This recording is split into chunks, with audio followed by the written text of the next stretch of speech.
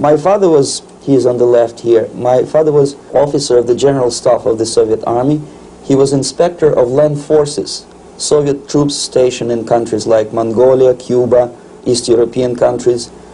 This is the picture taken at the entrance of my Institute of Oriental Languages. It's a part of Moscow State University. As every Soviet student, I was, quote-unquote, volunteering for harvesting grain in Kazakhstan. By the end of my training in school, I was recruited by the KGB. This picture was taken on that day, and you can see again how happy it feels to be recruited by the KGB.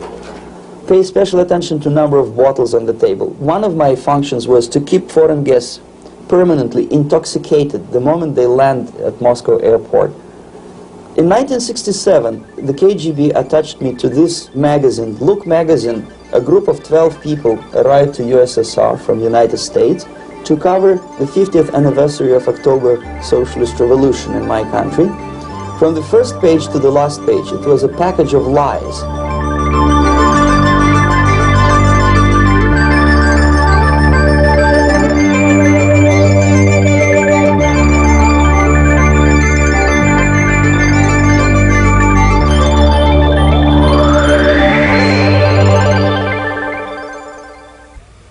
Our conversation is with Mr. Yuri Alexandrovich Beyzmenov. Mr. Beyzmenov was born in 1939 in a suburb of Moscow. He was the son of a high-ranking Soviet Army officer. He was educated in the elite schools inside the Soviet Union and became an expert in Indian culture and Indian languages. He had an outstanding career with Novosti, which was the, and still is, I should say, the press arm or the press agency of the Soviet Union. It turns out that this is also a front for the KGB. One of his interesting assignments was to brainwash foreign diplomats when they visited Moscow. And he'll tell us a little bit about how they did this and how they planted information which eventually wound up in the press of the free world. He escaped to the West in 1970 after becoming totally disgusted with the Soviet system, and he did this at great risk to his life. He certainly is one of the world's outstanding experts on the subject of Soviet propaganda and disinformation and active measures. Mr. Beyzmenov, I'd like to begin by having you tell us a little bit about some of your childhood memories. Well, the most vivid memory of my childhood was Second World War, or to be more precise, the end of the Second World War, when all of a sudden United States, from a friendly nation which helped us to defeat Nazism, turned overnight into a deadly enemy. And it was very shocking because all newspapers were trying to present an image of belligerent, aggressive American imperialism. Most of the things that we were taught is that United States is aggressive power, which is just about to invade our beautiful, free, socialist country, that American CIA is dropping Colorado beetles on our beautiful potato fields to eliminate our crops, and each schoolboy had a picture of Colorado bug on the back page of his notebook, and we were instructed to go into collective fields to search for those little Colorado bugs. Of course we couldn't find any, neither we could find many potatoes, and that was explained again by the encroachments of the decadent imperialist power. The anti-American paranoia, hysteria in the Soviet propaganda was to such of such a higher degree that many less skeptical people or less stubborn would really believe that United States is just about to invade our beautiful motherland, and some secretly hope that it will come true. That's interesting. Yes. Well, getting back to life inside the Soviet Union or inside communist countries in general, in this country, at the university level primarily, we read and hear that the Soviet system is different from ours, but not that different, and that there is a convergence developing between all of the systems of the world, and that really doesn't make an awful lot of difference what system you live under, because you have corruption and dishonesty and tyranny and all that sort of thing. From your personal experience, what is the difference between life under communism and life in the United States? Well, life is obviously very much different for simple reason that the Soviet Union is a state capitalist economically. It's a state capitalism where an individual has absolutely no rights, no value. His life is nothing. It's just like an insect. He is disposable. Whereby in the United States, even the worst criminal is treated as a human being. He has a fair trial, and some of them capitalize on their crimes. They publish their memoirs in their prisons and get handsomely paid by your crazy publishers. The differences, of course, in the daily life are very various, depending on whom we are talking about. In my own private life, I never suffered from communism simply because I was brought up in a family of high-ranking military officer. Most of the doors were open for me. Most of my expenses were paid by the government, and I never had any troubles with the authorities or with the police.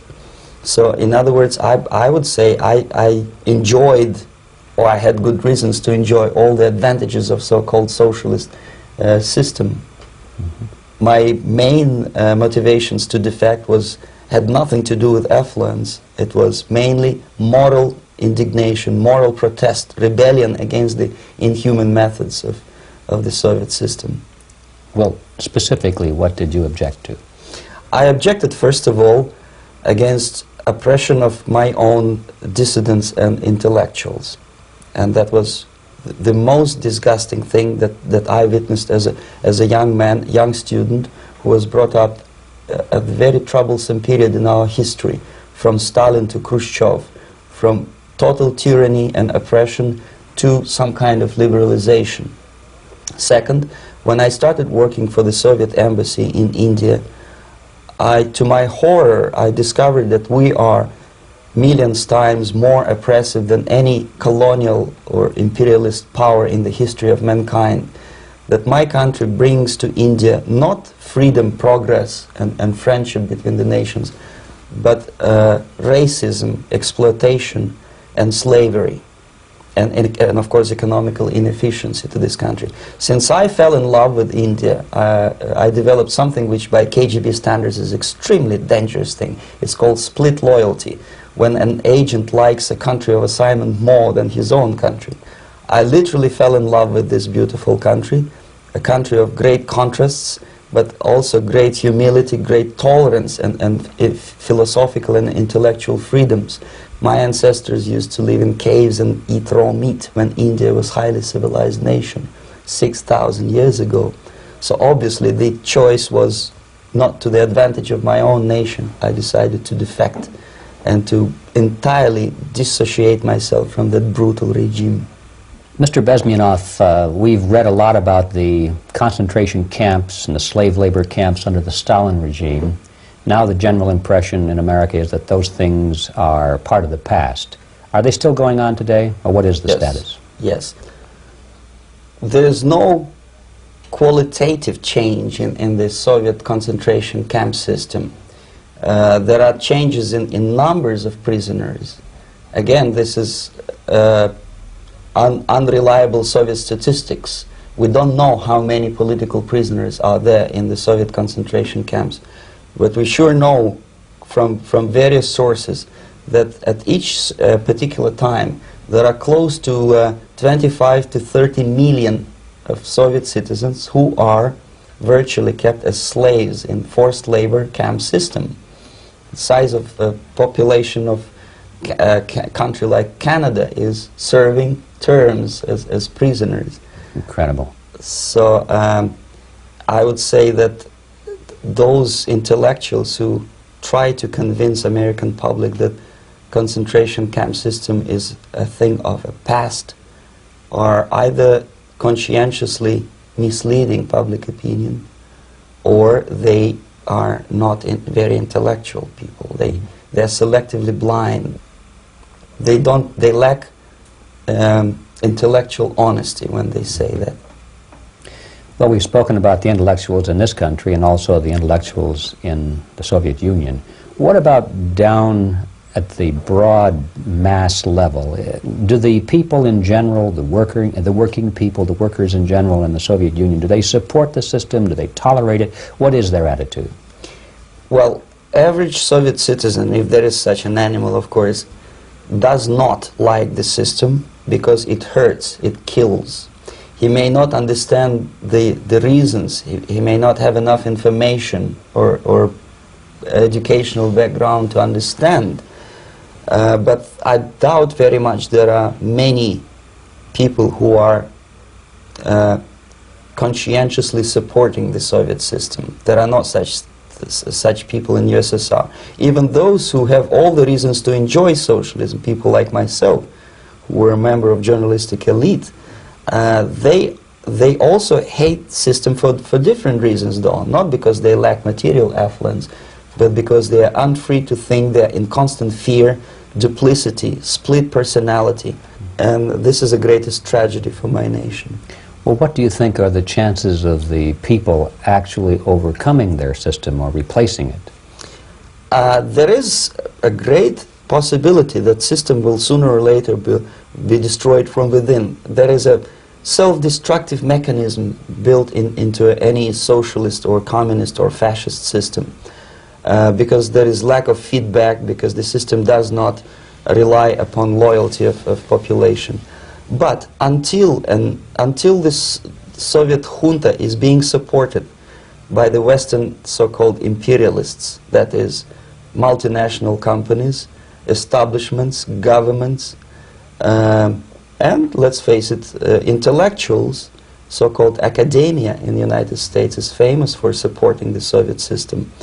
As long as the Soviet junta will keep on receiving credits, money, technology, grain deals, and political recognition from all these traitors of democracy or freedom, there is no hope, there is not much hope for changes in my country, and the system will not collapse by itself simply because it's being nourished by so-called American imperialism. This is the greatest paradox in history of mankind, when capitalist world supports and actively nourishes its own destructor.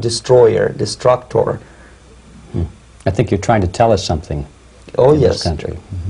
I'm trying to tell you that it has to be stopped unless you want to end up in Gulag system and enjoy all the advantages of socialist equality, working for free, catching fleas on your body, sleeping on the planks of plywood in Alaska this time, I guess.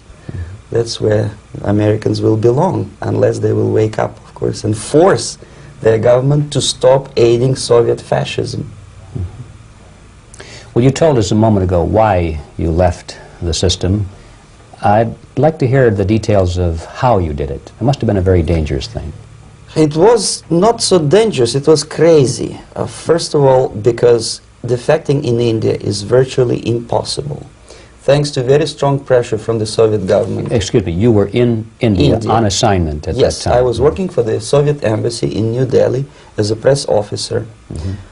And defecting for a Soviet diplomat is next to impossible. It's a suicide, as I said, because a great friend Indira Gandhi pushed a law through parliament which says, and I quote, "No defector from any country has a right of political asylum in any embassy on the territory of Indian Republic," which is a masterpiece of hypocrisy. No other defector but the Soviet one needs a political asylum. So, knowing that perfectly well, I planned a craziest possible way to defect. I studied counterculture in India. There were thousands of young American boys and girls with no shoes, long hair, smoking hash and marijuana, studying sometimes Indian philosophy, sometimes simply pretending that they study. And they greatly annoyed Indian police, and they were laughing stock of Indians because obviously they were good-for-nothing students. I studied carefully where they congregate, what routes they travel, what language they speak, what do they smoke. And one day I simply joined a group of hippies to avoid detection of Indian police. I was dressed as a typical hippie with blue jeans, long kameez shirts with all kind of nice decorations like beads, long hairs, I bought a wig, because for several weeks I had to turn myself from a conservative Soviet diplomat into a very progressive American hippie. And that was the only way that I could avoid detection. It was very interesting experience, but it was necessary, because from my own knowledge as a member of Soviet embassy staff, I knew that there were many cases when Soviet defectors were betrayed by Indian police, and also some Western embassies played a very dirty role in betraying the Soviet defectors. According to our information, they were some, I wouldn't call them double agents, but simply immoral people working for this for the United States embassy, and confiding in people like this would be a suicide. So I had to be extremely careful. I could not trust anyone, and that was the reason for such a crazy way to defect. Well, had you been caught in the act of trying to get out, what would have happened to you? Oh, most likely I would end up in concentration camp, or depending on the situation and on the whim of some bureaucrat in KGB, maybe even executed. This is normal practice, quietly, of course, not publicly. But that would be the end of my defection, of course. Well, when did you finally make it to the United States? In 1970, after about 6 months of debriefing in Athens by the CIA, and I presume FBI too, they let me go first to Germany, then to Canada. That was my decision. I had to change my identity to protect my family and my friends in USSR. And also I was a little bit paranoid, knowing that both Soviet KGB and probably some double agents within the American system may be after me. So I wanted to settle down as far away as possible. I requested CIA to give me some kind of new identity and just let me go on my own. And I settled in Canada. I was a student. I changed many professions, from farm help and laundry truck driver to language instructor and broadcaster for Canadian Broadcasting Corporations in Montreal. Well, have you had any threats on your life or any yes. unpleasant In about 5 years, KGB eventually discovered that I am working for Canadian Broadcasting. I made a very big mistake. I started working for overseas service of CBC, which is similar to Voice of America, in Russian language. And of course, monitoring service in USSR picked up every new voice. Every new announcer they would make it a point to discover who he is. And in 5 years, sure enough, slowly but surely, they discovered that I am not Thomas Schumann, that I am Yuri Alexandrovich Bيزмينов, and that I am working for Canadian Broadcasting, and undermining beautiful détente between Canada and USSR. And the Soviet ambassador Alexander Yakovlev made it his personal effort to discredit me. He complained to Pierre Trudeau, who is known to be a little bit soft on socialism. And the management of CBC behaved in a very strange, cowardly way, unbecoming to representatives of an independent country like Canada. They listened to every suggestion that Soviet ambassador gave, and they started shameful investigation, analyzing content of my broadcasts to USSR. And sure enough, they discovered that some of my statements were probably would be offending to the Soviet Politburo. So I had to leave my job. And of course, subtle intimidations. They would say something like, please cross the street carefully because, you know, traffic is very heavy in Quebec. And fortunately, I know about the psychology and the logic of activity of the KGB, and I never allowed myself to be intimidated. This is the worst thing. This is what they expect a person, a defector, to be intimidated. Once they spot that you are scared, they keep on developing that line And then eventually you either have to give up entirely and work for them, or they neutralize you. They would definitely stop all kind of political activity, which they failed to do in my case, because I was stubbornly working for the Canadian Broadcasting. And in response to their intimidations, I said that, look, this is a free country, and I am as free as you are, and I also can drive very fast. And gun control is not yet established in Canada, so I had a couple of good shotguns in my basement. So welcome to visit me someday with your Kalashnikovs machine guns. So obviously it didn't work, intimidation didn't work. So they tried different approach, as I described. They approached on the highest level, on the level of Canadian bureaucracy. And on that level they were successful. On that level they were successful. On individual level they failed flat.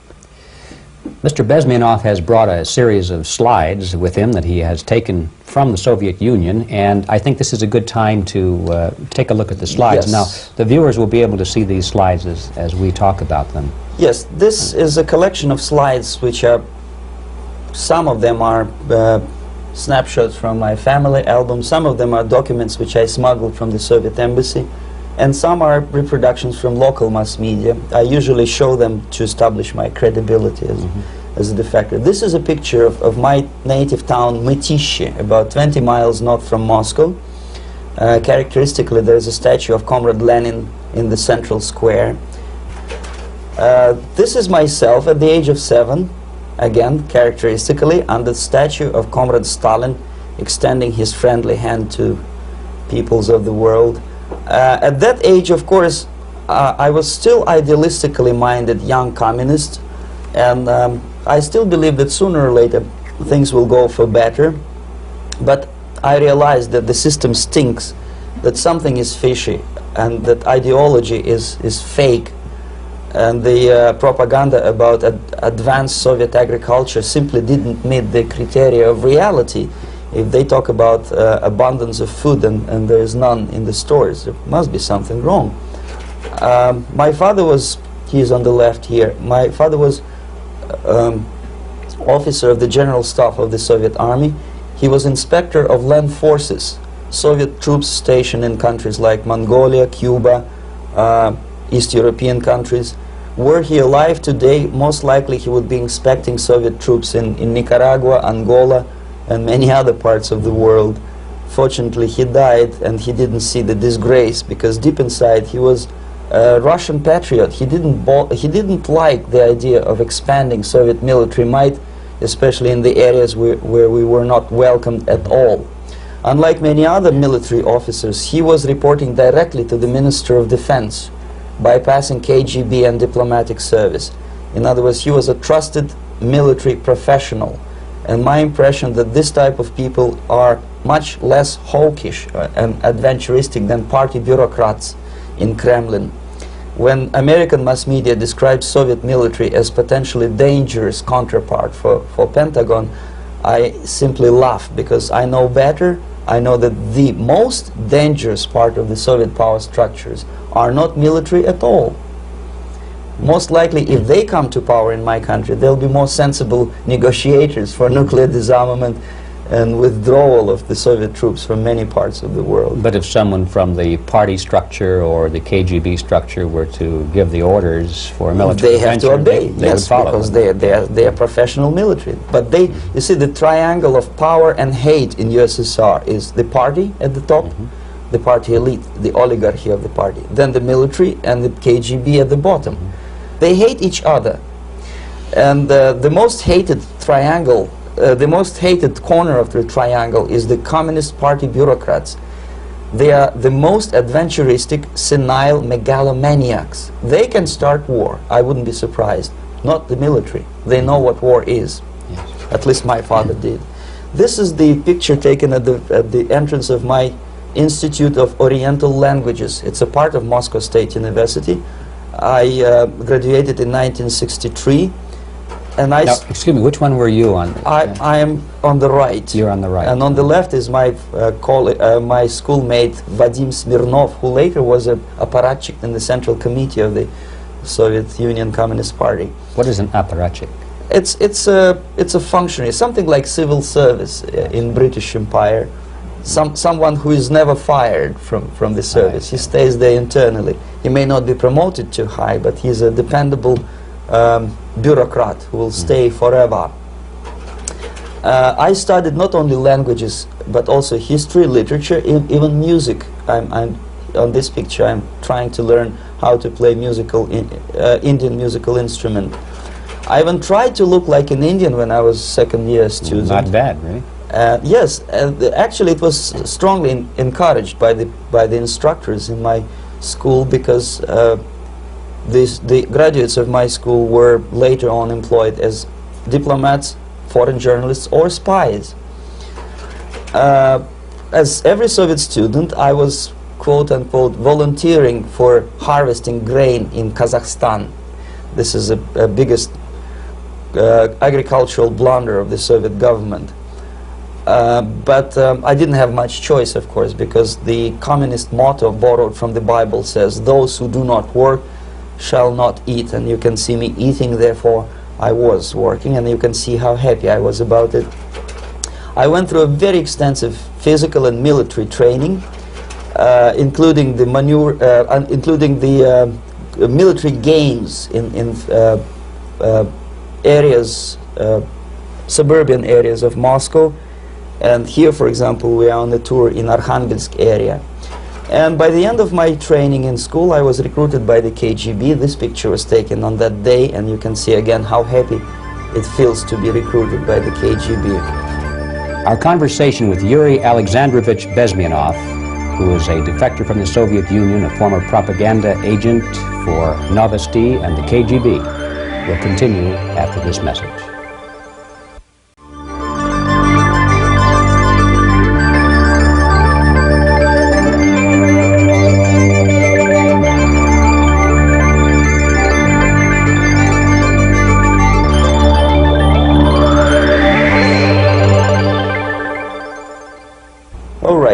As every student in USSR, I went through very extensive physical and military training, and civil defense training too. Unlike in the United States, where civil defense is virtually non-existent, zero.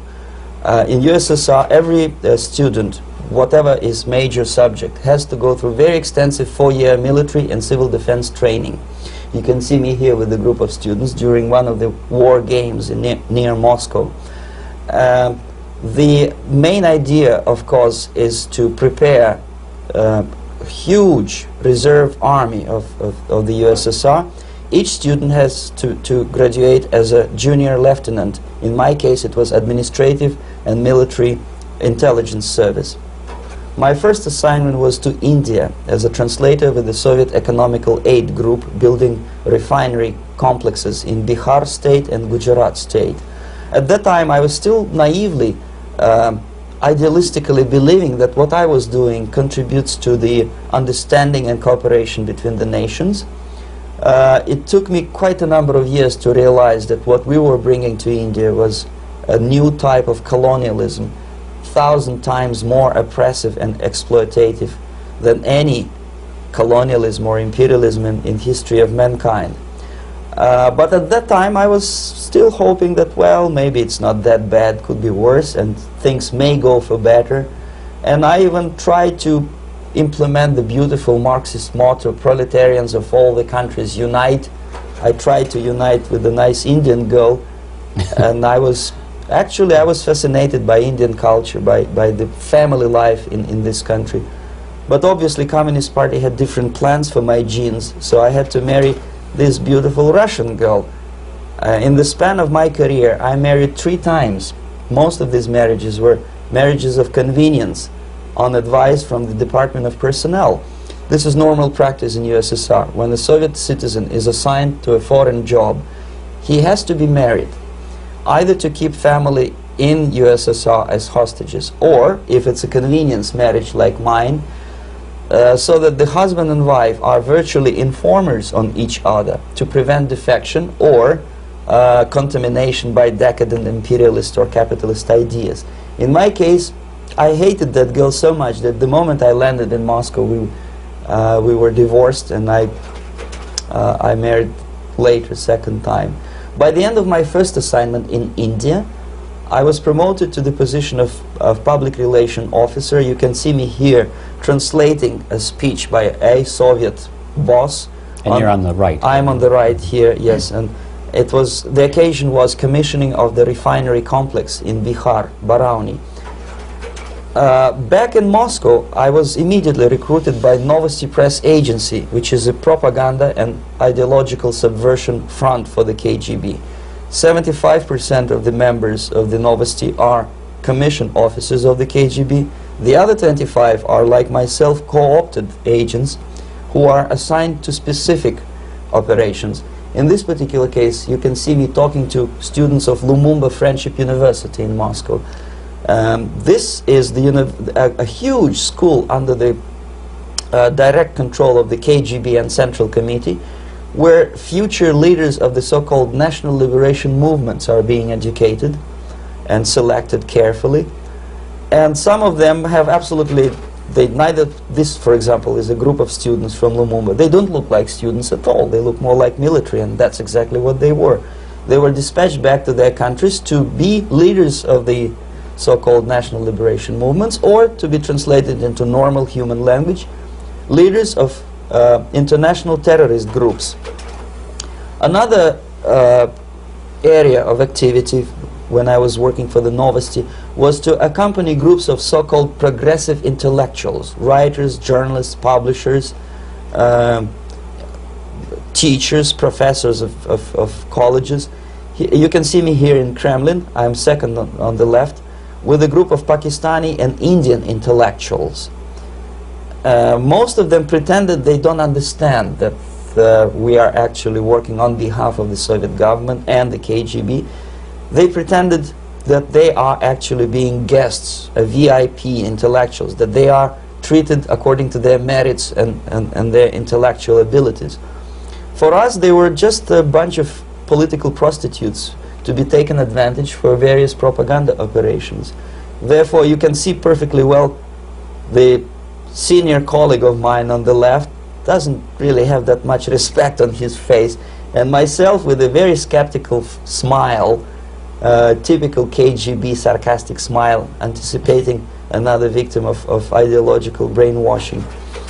This is how a typical conference in Novosti headquarters in Moscow looked like. Sitting in the middle is Boris Burkov, the then director of Novosti Press Agency, high-ranking party bureaucrat in the Department of Propaganda. I am standing next to a famous Indian poet, Sumitranandan Pant. He was famous because he was an author. He was the author of a famous poem titled Rhapsody to Lenin. That's why he was invited to USSR, and everything was paid by the Soviet government. Pay special attention to number of bottles on the table. This is one of the ways to kill the awareness or curiosity of foreign journalists.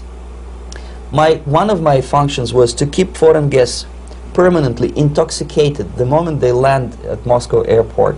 I had to take them to the VIP lounge and toast to friendship and understanding between the nations of the world. Glass of vodka, then a second glass of vodka, and in no time my guests would be feeling very happy. They would see everything in kind of pink, nice color, and that's the way I had to keep them permanently for the next 15 or 20 days. At certain point in time, I had to withdraw alcohol from them so that some of them, who are the most recruitable, would feel a little bit shaky, guilty, trying to remember what they were talking last night. That's the time to approach them with all kind of nonsense, such as joint communique or statement for Soviet propaganda. That's the time they are the most flexible. And of course, what they didn't understand, they didn't realize or pretended not to realize, that myself, who was drinking together with them, was not drinking at all. I had ways to get rid of alcohol through various techniques, including special pills which were given to me by my colleagues, but they were taking it seriously. In other words, they would consume quite large volumes of alcohol and feel quite uneasy next morning. In 1967, the KGB attached me to this magazine, Look magazine. A group of 12 people arrived to USSR from United States to cover the 50th anniversary of October Socialist Revolution in my country. From the first page to the last page, it was a package of lies, propaganda cliché, which were presented to American readers as opinions and deductions of American journalists. Nothing could be far from truth. These were not opinions. They were not opinions at all. They were the clichés which the Soviet propaganda wants American public to think that they think. Because from the viewpoint of the Soviet propaganda, although there are some subtle criticism of the Soviet system, the basic message is that Russia today is a nice, functioning, efficient system supported by majority of population. That's the biggest lie. And of course, American intellectuals and journalists from Look magazine elaborated on that untruth in various different ways. They intellectualized that lie. They found all kinds of justifications for telling lies to American public. Excuse me, it was partly your job to make sure that they got these ideas, yes, and accepted them as their own ideas. Right. Actually, even before they arrived to USSR, and they paid astronomical sum of money for that visit, they were submitted, this Novosti Press Agency developed so-called backgrounders, 20-25 pages of information and opinions which were presented to the journalists even before they bought their tickets to Moscow.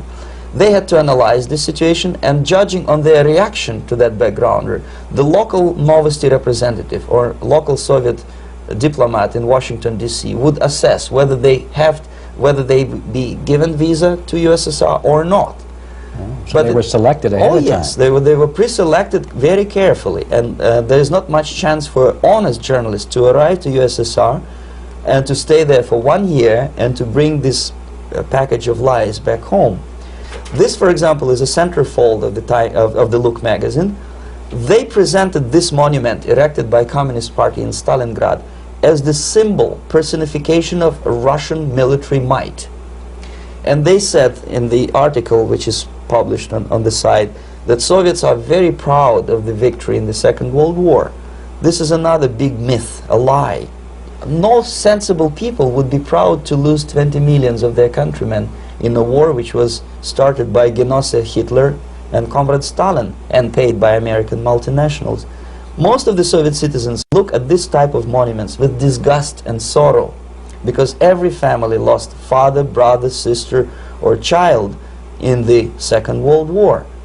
Yet American journalists who were trying to appease, to please their hosts, presented this picture on the centerfold as the symbol and personification of Soviet national, they call it Russian national spirit. And it was greatest misconception and a very tragic misunderstanding. Of course, Look magazine was not distributed in USSR. The main audience was in United States. But I presume that many Americans, millions of Americans who were reading Look magazine at that time, had absolutely wrong idea about the sentiments of my nation, about what the Soviets are proud of and what they hate. This is a group, you see the same lady with the sword in Stalingrad. This is the group of journalists. Myself is in the center with the same devilish smile. And Mr. Philip Harrington is on the extreme left there with his camera. This is the gentleman which was so deaf or so uninterested in what I had to say to him. This is the same picture, a blow-up of the same picture. Many guests from various countries, in this particular case from Asia and Africa, were taken by me as a Novosti Press Agency employee for a tour across Siberia, for example. We would show them typical kindergarten, you see, nothing special by American standards, just nice children sitting, eating their breakfast or lunch, What they could not understand, or they pretended not to understand, that this is an exemplary kindergarten. This is not the kindergarten for average person or average family in USSR. And we maintain that illusion in their minds. You can see myself under the red spot in the middle there, with the same business-like expression. I'm doing my job. That's what I'm assigned to do, and that's what I was paid to do. But deep inside, I still hope that at least some of these useful idiots would understand that what they are looking at has nothing to do with the level of affluence in my nation.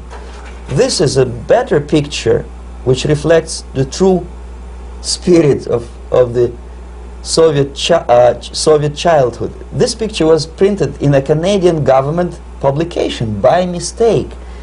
In the middle you can see children playing on a small courtyard, and the caption goes, "This is a typical kindergarten in Siberia."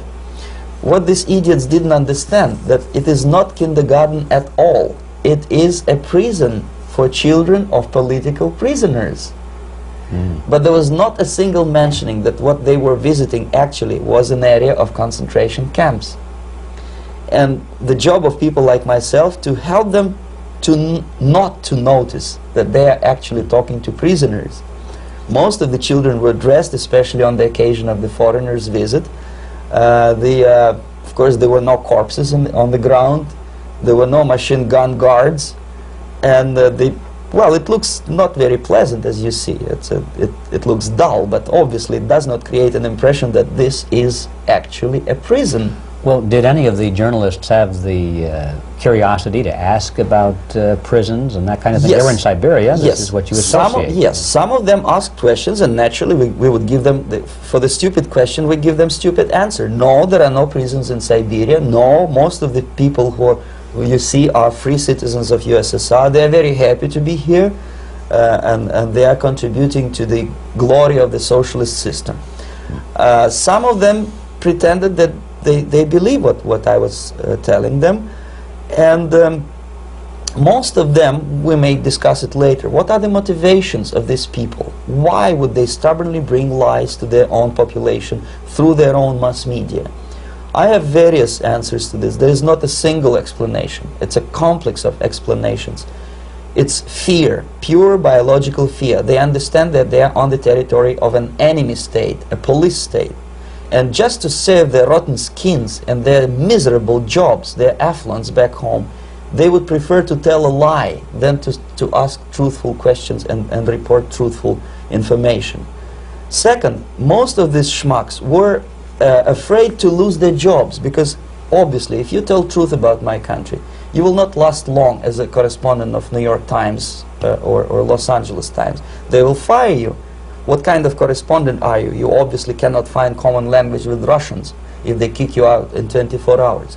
So just by trying to be conformist to their own editorial bosses, they tried not to offend the sentiments of the Soviet administrators and people like myself. Deep inside, I hope they would insult my or offend my sentiments. Obviously, they preferred not to. Another reason, I refuse to believe it, but obviously there is another reason. Obviously, it's a greed. These people earn a lot of money. When they come back to USA, they claim that they are experts in my country. They write books which sells in million copies, titled like Russians, The Truth About Russia. Most of it is lie about Russia. Yet they claim to be Sovietologists. They play back myth about my country, the propaganda cliches. Yet they stubbornly resist the word of truth. If a person like Solzhenitsyn is either defecting or kicked out of USSR, they try all their best to discredit him and to discourage him. I don't have much chance to appear on national network with a true story about my country. But a useful idiot like Hendrik Smith or Robert Kaiser, they are big heroes. They come back from USSR, they say, oh, we were talking to dissidents in Russia. Big deal. Soviet dissidents are chasing American correspondents in the streets, and they are cowardly escaping from these contacts.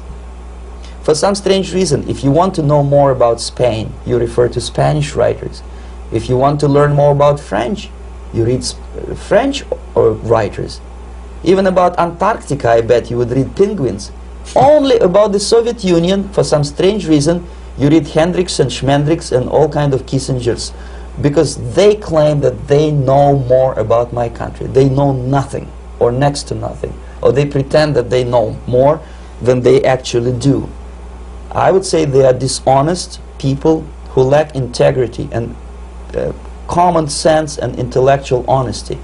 They bring back all kind of stories like that. A kindergarten in Siberia. Omitting the most important fact, it's a prison for children of political prisoners. Another greatest example of monumental idiocy of American politicians.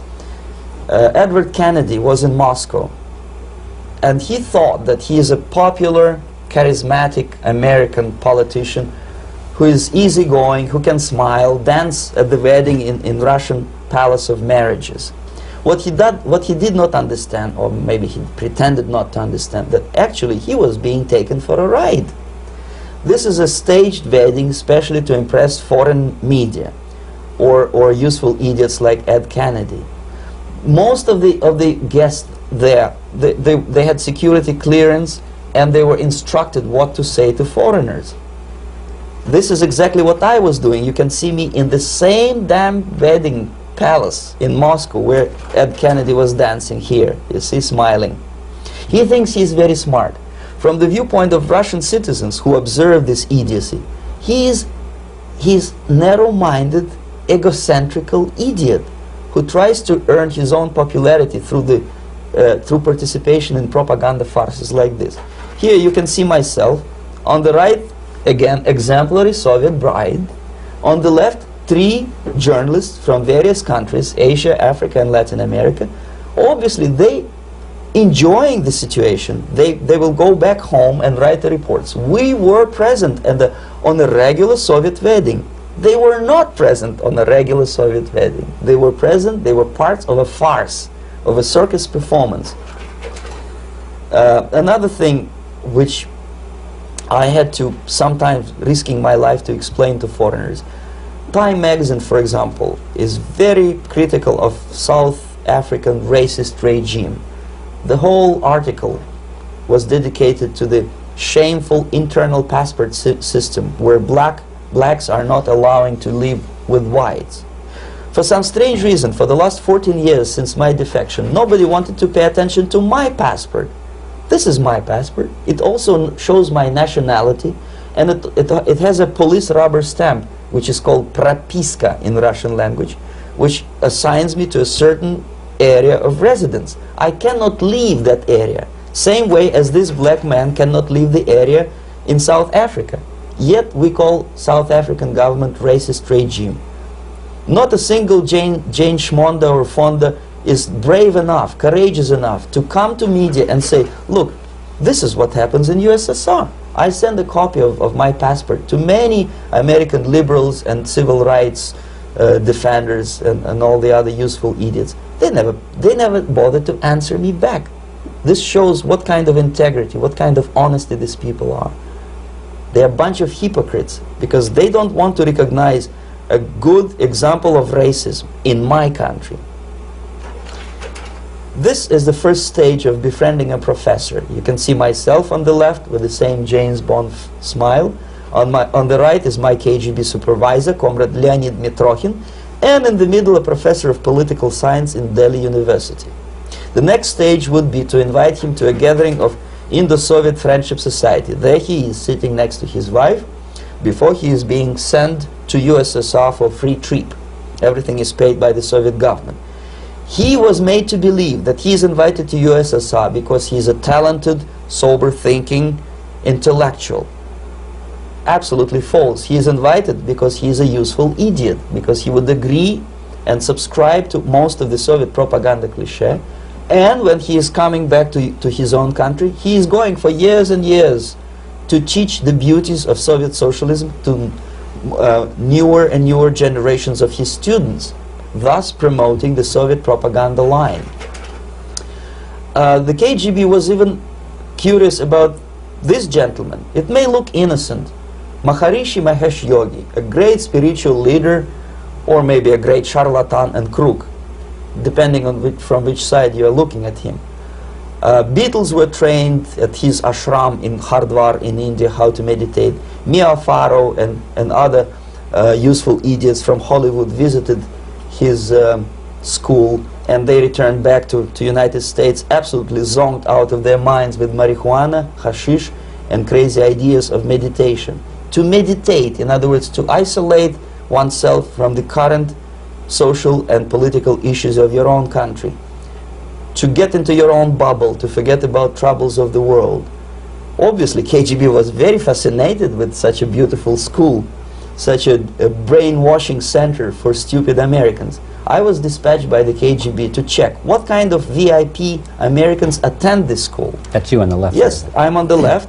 I was trying to get enrolled in that school. Unfortunately, the Maharishi Mahesh Yogi asked too much. He wanted $500 American for enrollment. But my function was not actually to get enrolled in the school. My function was to discover what kind of people from United States attend this school. And we discovered that yes, there are some influential members of family, public opinion makers of United States who come back with the crazy stories about Indian philosophy. Indians themselves look upon them as idiots, useful idiots.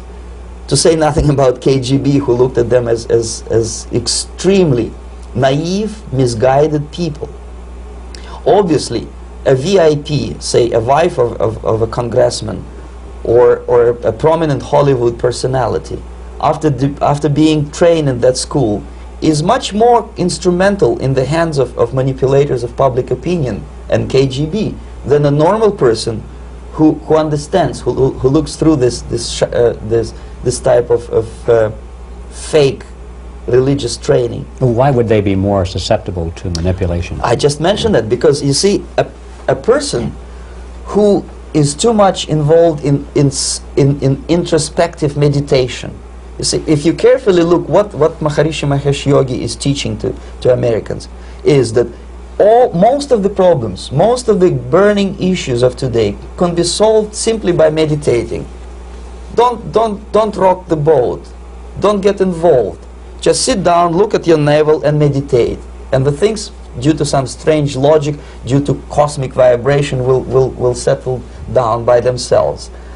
This is exactly what the KGB and Marxist-Leninist propaganda wants from Americans, to distract their opinion, attention, and mental energy from real issues of United States into a non-issues, into a non-world, non-existent harmony. Obviously, it's more beneficial for the Soviet aggressors to have a bunch of duped Americans than Americans who are self-conscious, healthy, physically fit, and alert to the reality. Maharishi Mahesh Yogi obviously is not on the payroll of the KGB. But whether he knows it or not, he contributes greatly to demoralization of American society.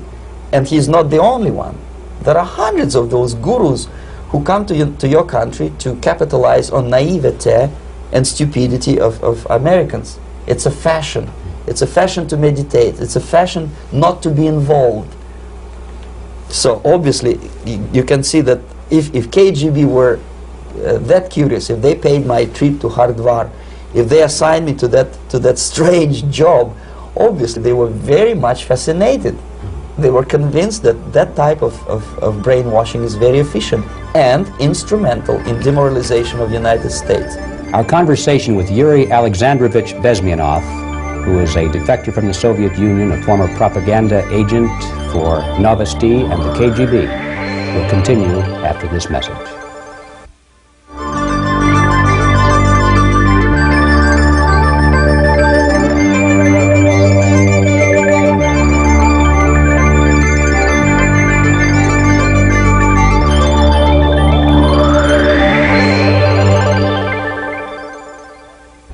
This picture shows the part of the building of USSR embassy, and my supervisors. On the left is Comrade Mehdi, an Indian communist, and on the right, Comrade Mitrokhin, my supervisors in the secret department of research and counter-propaganda. It has nothing to do with either research or counter-propaganda. Most of the activity of that department was to compile huge volume of information on individuals who were instrumental in creating public opinion.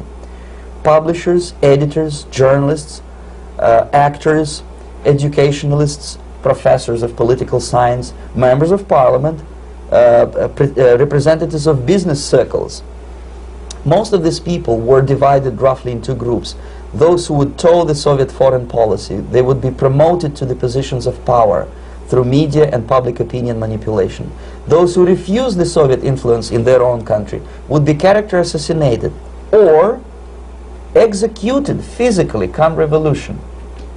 Same way as in the small town of Hue in South Vietnam, several thousands of Vietnamese were executed in one night when the city was captured by Viet Cong for only 2 days. And American CIA could never figure out how could possibly communists know each individual, where he lives, where to get him, and would be arrested in one night, basically in some 4 hours before dawn, put on a van, taken out of the city limits and shot. The answer is very simple. Long before communists occupied the city, there was extensive network of informers, local Vietnamese citizens, who knew absolutely everything about people who are instrumental in public opinion, including barbers and taxi drivers. Everyone who was sympathetic to the United States was executed.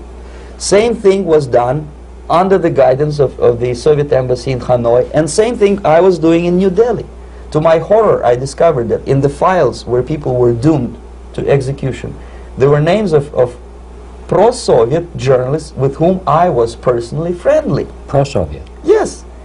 They were idealistically minded leftists who made several visits to USSR, and yet the KGB decided that come revolution or drastic changes in political structure of India, they will have to go. Why is that? Because they know too much. Simply because, you see, the useful idiots, the leftists who are idealistically believing in the beauty of Soviet socialist or communist or whatever system, when they get disillusioned, they become the worst enemies. That's why my KGB instructors specifically made a point, never bother with leftists. Forget about these political prostitutes. Aim higher. This was my instruction. Try to get into large circulation, established conservative media. Rich, filthy rich movie makers, intellectuals, so-called academic circles. Cynical, egocentric people who can look into your eyes with angelic expression and tell you a lie. These are the most recruitable people, people who lack moral principles, who are either too greedy or too suffer from self-importance. They feel that they matter a lot. These are the people who KGB wanted very much to recruit. But to eliminate the others, to execute the others, don't they serve some purpose? Wouldn't they be the ones they rely on? They serve purpose only at the stage of destabilization of a nation. For example, your leftists in United States, all these professors and all these beautiful civil rights defenders, they are instrumental in the process of the subversion only to destabilize the nation. When their job is completed, they are not needed anymore. They know too much. Some of them, when they get disillusioned, when they see that Marxist-Leninists come to power, obviously they get offended. They think that they will come to power. That will never happen, of course. They will be lined up against the wall and shot. But they may turn into the most bitter enemies of Marxist-Leninists when they come to power. And that's what happened in Nicaragua. You remember most of these former Marxist-Leninists were either put to prison or one of them split, and now he's working against Sandinistas. It happened in Grenada when Maurice Bishop was already a Marxist. He was executed by a new Marxist who was more Marxist than this Marxist. Same happened in Afghanistan when first there was Taraki, he was killed by Amin, then Amin was killed by Babrak Karmal with the help of KGB. Same happened in Bangladesh when Mujibur Rahman, very pro-Soviet leftist, was assassinated by his own Marxist-Leninist military comrades.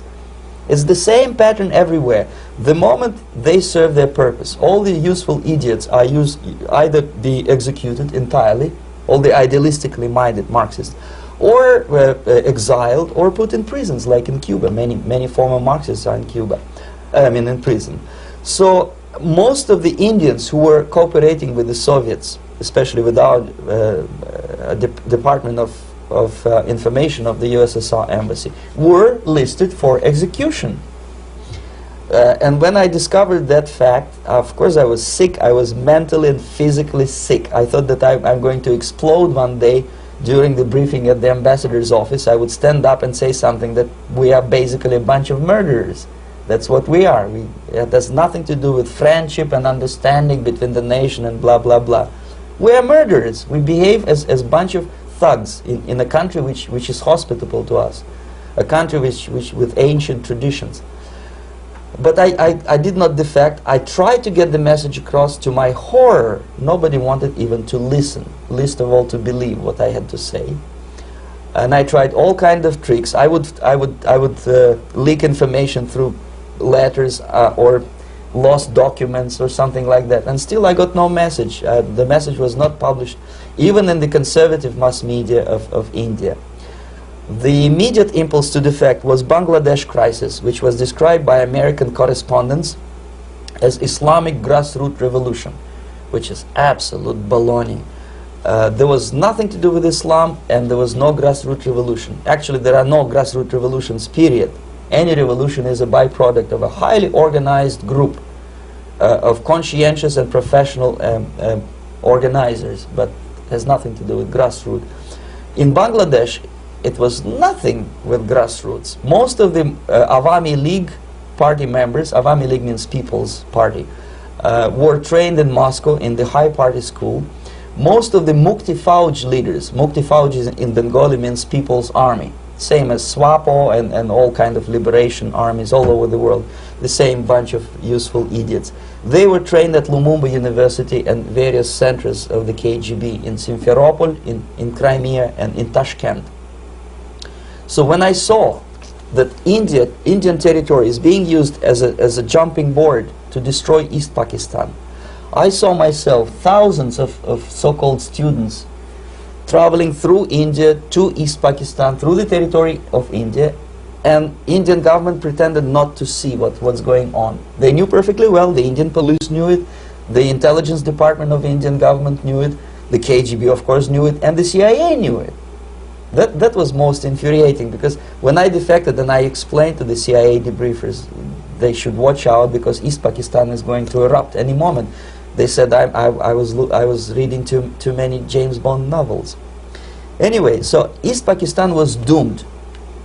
One of my colleagues in the Soviet consulate in Calcutta, when he was dead drunk, he ventured into the basement to relieve himself, and he found big boxes which said printed matter to Dhaka University.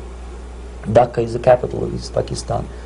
And since he was drunk and curious, he opened one of the boxes and he discovered not printed matter, he discovered Kalashnikov guns and ammunition in there.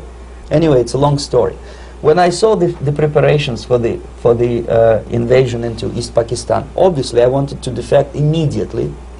The only thing I couldn't at that time make up my mind when and where and how. One of the reasons, of course, you see, I was in love with India. I mentioned it before. I spoke the languages. I socialized with people.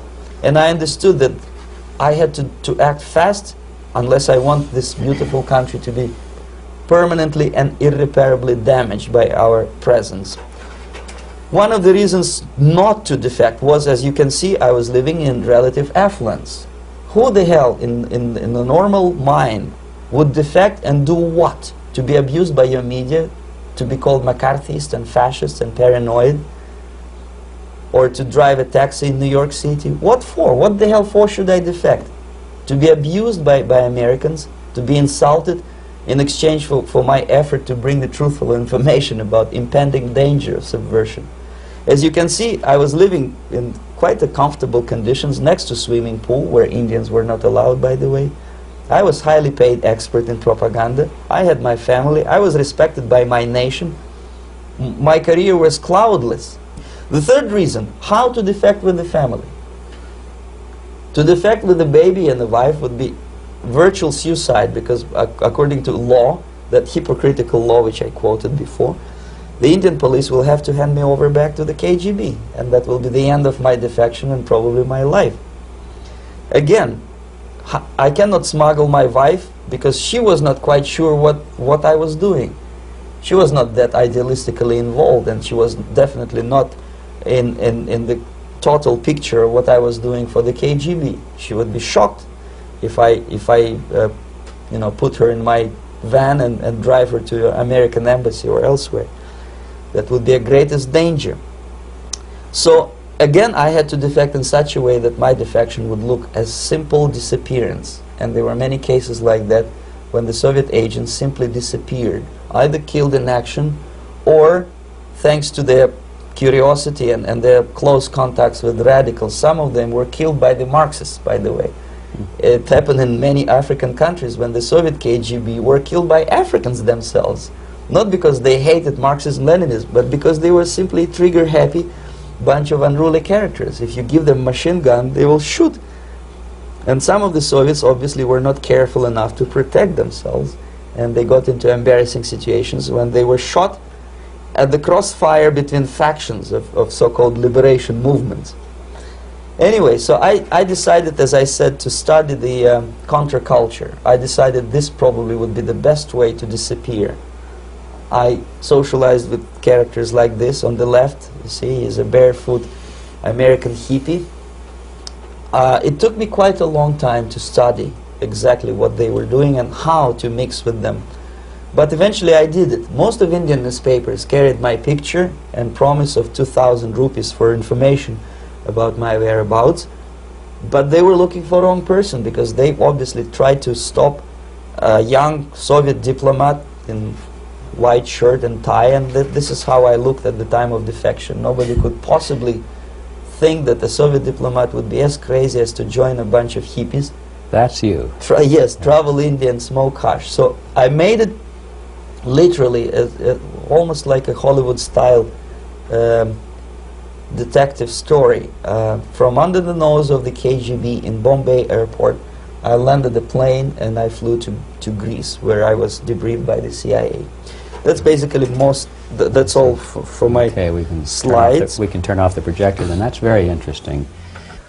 Well, you spoke several times before about ideological subversion. That is a phrase that I'm afraid some Americans don't fully understand.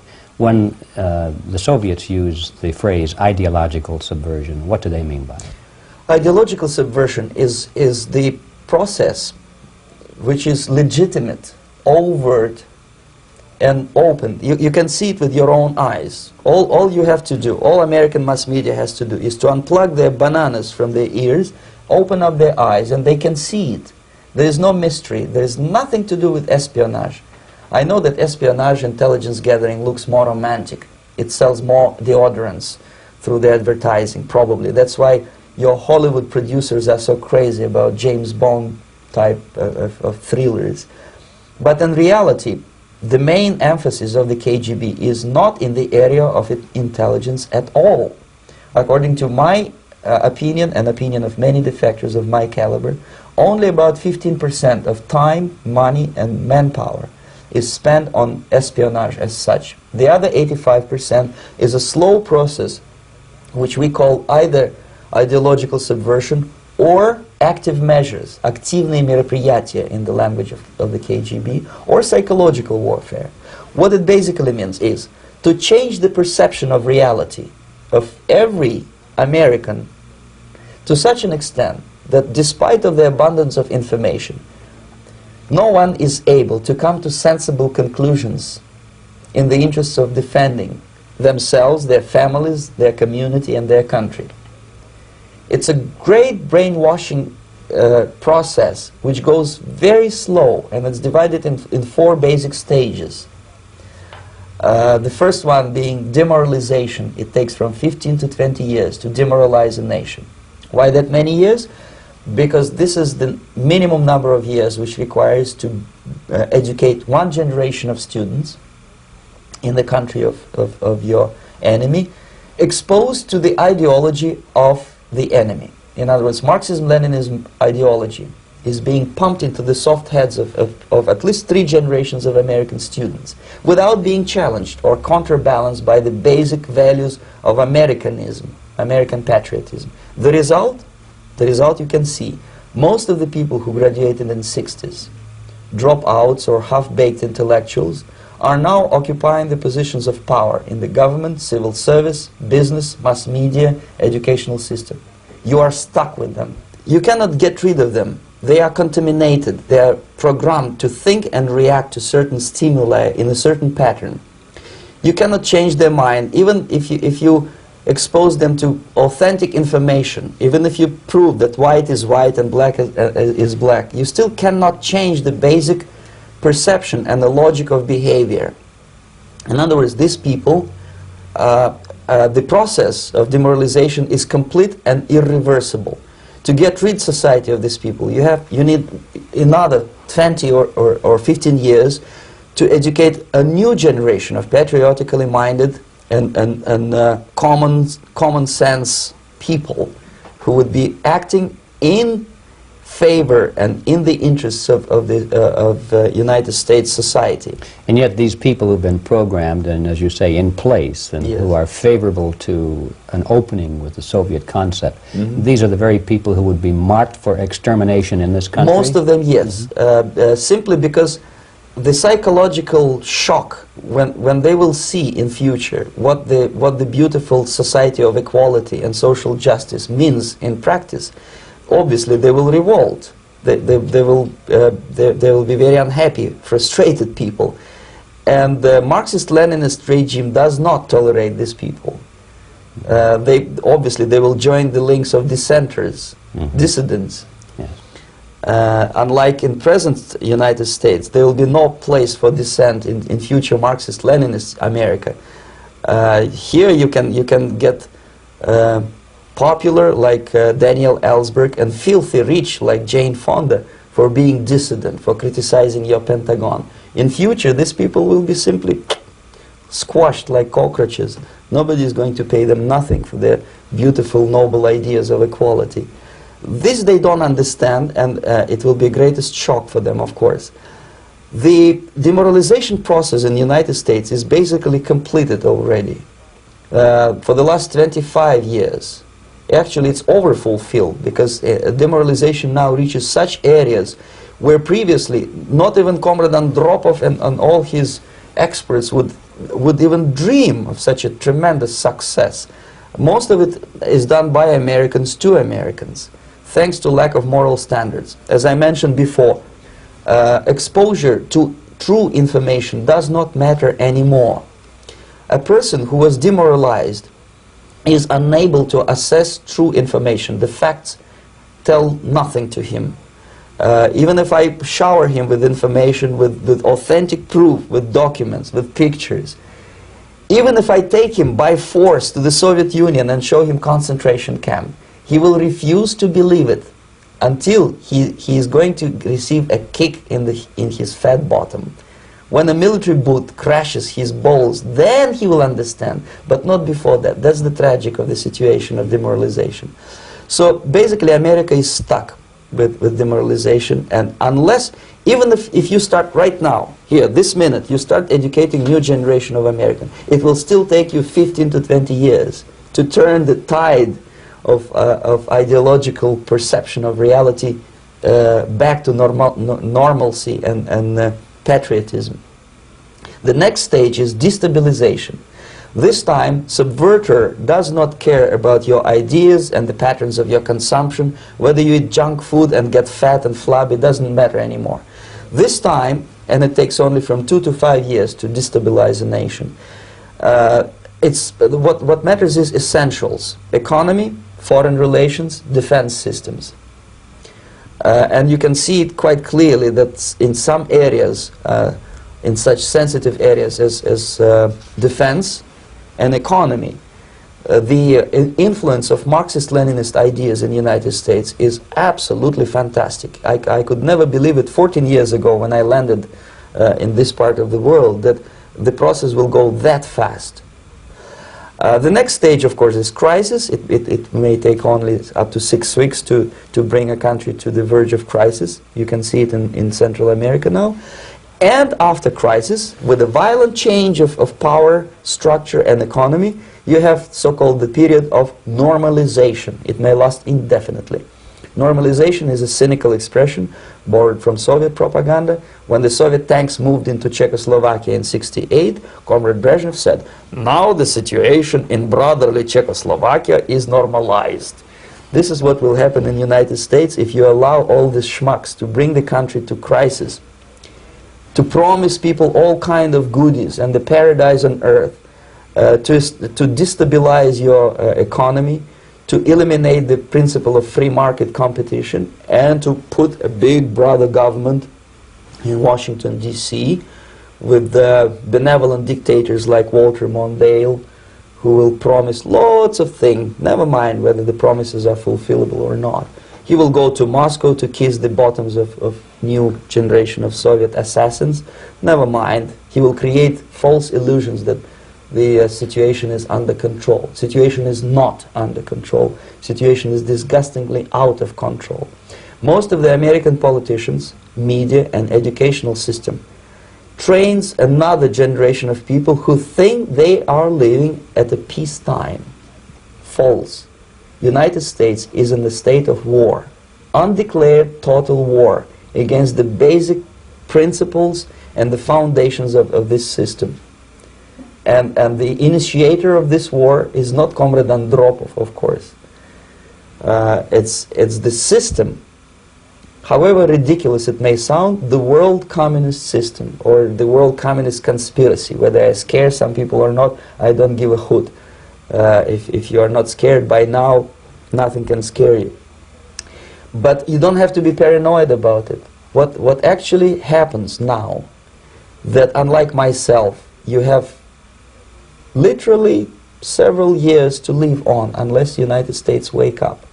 The time bomb is ticking. With every second, the disaster is coming closer and closer. Unlike myself, you will have nowhere to defect to, unless you want to live in Antarctica with penguins. This is it. This is the last country of freedom and possibility. Okay, so what do we do? What is your recommendation to the American people? Well, the immediate thing that comes to my mind is, of course, there must be a very strong national effort to educate people in the spirit of real patriotism, number one. Number two, to explain them the real danger of socialist, communist, whatever, welfare state, big brother government. If people will fail to grasp the impending danger of that development, nothing ever can help United States. You may kiss goodbye to your freedom, including freedoms to homosexuals, to prison inmate. All this freedom will vanish, evaporate in 5 seconds, including your precious lives. The second thing, the moment at least part of United States population is convinced that the danger is real, they have to force their government. And I'm not talking about sending letters, signing petitions, and all this beautiful, noble activity. I'm talking about forcing United States government to stop aiding communism.